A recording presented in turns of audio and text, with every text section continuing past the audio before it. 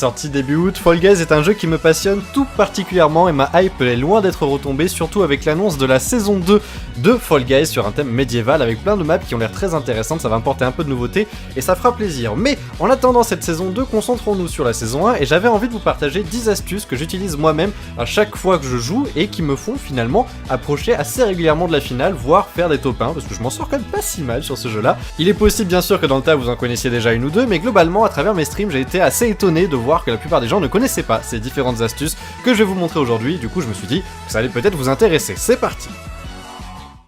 Et pour cette première astuce, je vais vous proposer une technique qui peut vous permettre de prendre 1 voire 2 secondes d'avance sur vos adversaires, ce qui n'est quand même pas négligeable et qui peut se réutiliser sur différentes maps, donc c'est qu'une mécanique qui est très importante à garder en tête, et celle-ci consiste à sauter dès que votre personnage se trouve dans une pente descendante, c'est-à-dire que vous allez utiliser le fait d'être en pente pour gagner un petit peu de vitesse et du coup dépasser vos adversaires avec malgré tout un petit risque de se faire bousculer lors de votre saut et de chuter, du coup à privilégier s'il y a très peu de gens autour de vous, c'est là où ce sera le plus efficace.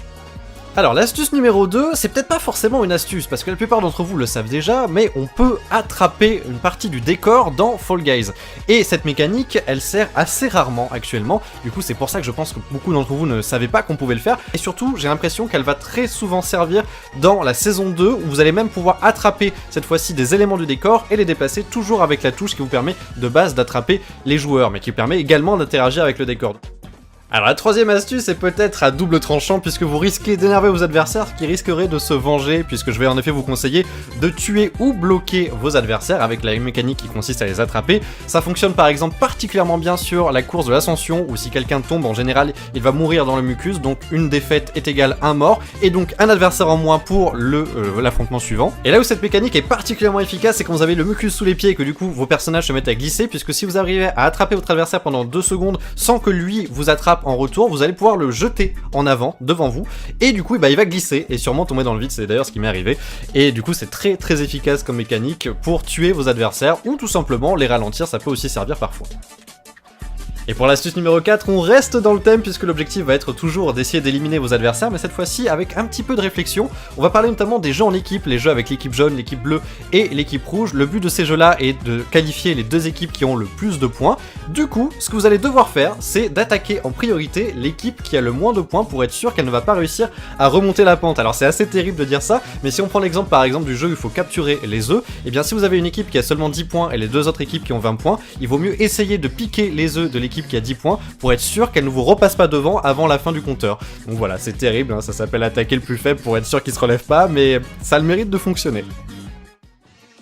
Astuce numéro 5, et on revient cette fois-ci sur une mécanique assez méconnue, c'est celle des trampolines. Les trampolines ne sont pas à sous-estimer, ils peuvent souvent vous faire gagner 1 à 2 secondes encore une fois, et je vous rappelle que ça peut tout changer, ces petites secondes économisées. Je vous propose par exemple d'utiliser le premier trampoline sur l'ascension poisseuse pour tout simplement éviter d'avoir passé tout à gauche de la carte et rebondir directement et passer directement du coup à l'étape 2 de cette ascension. On gagne déjà 3 à 4 secondes, même s'il y a un petit risque de tomber, mais si vous gérez bien votre orientation du personnage, vous allez tout simplement rebondir en ligne droite et ce sera du gâteau. Autre exemple de l'utilisation des trampolines, c'est sur la map tourne en rond au tout début pour éviter les hélices, et bien vous avez juste à aller en ligne droite et sauter par-dessus les trampolines. Alors là pas de chance, je me suis pris un adversaire qui lui-même s'était pris une hélice, mais normalement ça fonctionne parfaitement, vous avez même pas besoin de faire de détour et ça vous permet de passer en ligne droite et encore une fois de gagner quelques secondes. Astuce numéro 6, et je peux vous dire que celle-ci elle va vous changer la vie si vous ne la connaissiez pas. Lorsque vous arrivez sur la carte où il faut trouver le bon chemin parmi différentes cases piégées, et bien à la fin, sachez que devant la ligne d'arrivée, il y aura toujours 2 cases qui feront face à la ligne d'arrivée, ce qui vous permet en fait de réfléchir et de voir que dès que l'une des 2 dernières cases devant la ligne d'arrivée s'active, et bien vous n'avez qu'à aller en ligne droite et vous allez peut-être gagner 1 seconde sur vos adversaires qui ne connaissaient pas cette astuce et qui vont tout simplement vous suivre puisque vous allez déclencher le bon passage et du coup passer la ligne d'arrivée derrière vous, puisqu'à chaque fois il y a très peu de qualifiés sur cette carte là, donc cette seconde là elle peut vraiment vous sauver la vie et voilà, vraiment une astuce qui moi-même me permet souvent de me qualifier en finale parce que c'est une épreuve qui arrive souvent à la fin et que je ne connaissais pas avant. Voilà, maintenant je l'utilise à chaque fois.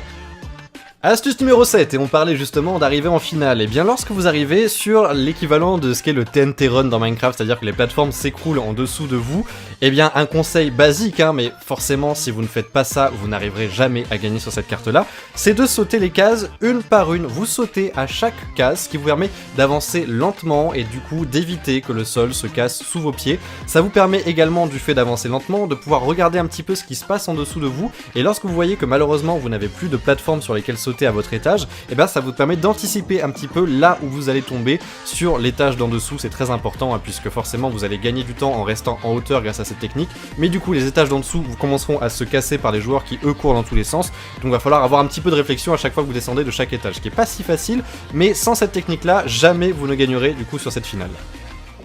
Astuce numéro 8 qui va s'utiliser dans le niveau où 3 équipes doivent faire rouler une énorme boule jusqu'à la ligne d'arrivée. C'est un niveau en 2 étapes, au début vous esquivez des obstacles et ensuite vous arrivez sur une pente, le but est de pousser votre boule dans les cages. Et au moment de cette seconde étape, vous allez devoir ralentir la boule de votre adversaire. Alors oui, c'est très connu comme astuce, mais c'est quand même très important également, donc la ralentir en vous mettant devant pour pousser à contresens de l'équipe du coup que vous affrontez. Ça peut vous permettre du coup de les empêcher de faire rentrer leur boule avant la vôtre, et ce que je peux également vous conseiller, c'est d'envoyer peut-être une voire 2 personnes qui prennent de l'avance durant la première étape. Au lieu de pousser votre propre boule, elles vont directement se placer dans la seconde étape et empêcher la première équipe qui arriverait justement sur cette seconde étape de faire rouler leur boule du premier coup, parce que forcément s'il n'y a personne pour lutter, bah, la première équipe qui arrive à la deuxième étape, bah, c'est une ligne droite, donc forcément pensez à envoyer quelques personnes prendre de l'avance pour bloquer vos adversaires sur cette carte.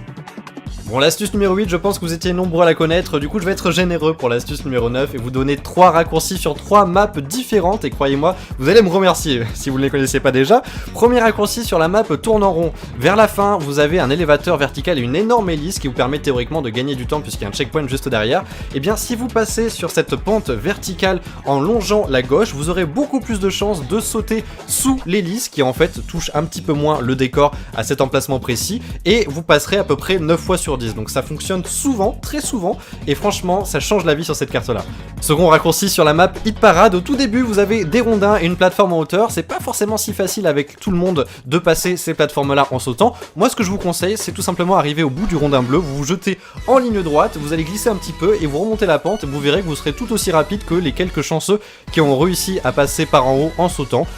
Et troisième astuce sur le niveau des balançoires qui pareil vous permettra d'éviter de vous faire bousculer par tout le monde. Lorsque vous arrivez sur les plateformes avec les checkpoints, vous pouvez marcher sur les barrières tout simplement qui sont à gauche et à droite, et du coup bah, vous évitez de vous faire bousculer par tout le monde, et ça peut vous permettre de gagner 1 à 2 secondes. Vous pouvez le faire 2 ou 3 fois du coup sur cette carte là. C'est pas si facile hein, il y a un tout petit créneau on va dire pour marcher précisément sur le pixel de la barrière, mais franchement lorsque vous allez maîtriser ça, à chaque fois vous verrez, vous gagnerez systématiquement sur ce niveau. Et on arrive à la dernière astuce que vous allez pouvoir utiliser notamment sur le niveau hauteur vertigineuse, mais pas seulement, et c'est une astuce d'ailleurs, j'avais jamais vu personne l'utiliser, et pourtant elle est tellement efficace. Lorsque vous arrivez sur la partie du niveau où vous avez des boules qui sont générées face à vous et vont vous foncer dessus à pleine vitesse, au lieu de rester 2 ou 3 secondes à côté pour esquiver ces boules là, et bien tout simplement vous vous jetez dans le coin du passage de la boule et vous allez passer en dessous, et vous allez même pas vous prendre du coup la boule en pleine figure et gagner du coup quelques secondes. Vous n'aurez pas eu besoin de l'esquiver en attendant sur les côtés. C'est radicalement efficace, je le fais à chaque fois, c'est pas compliqué en plus, il suffit juste de sauter au bon moment, et ça vous servira sûrement sur tous les niveaux où il y a des boules et des fruits à esquiver.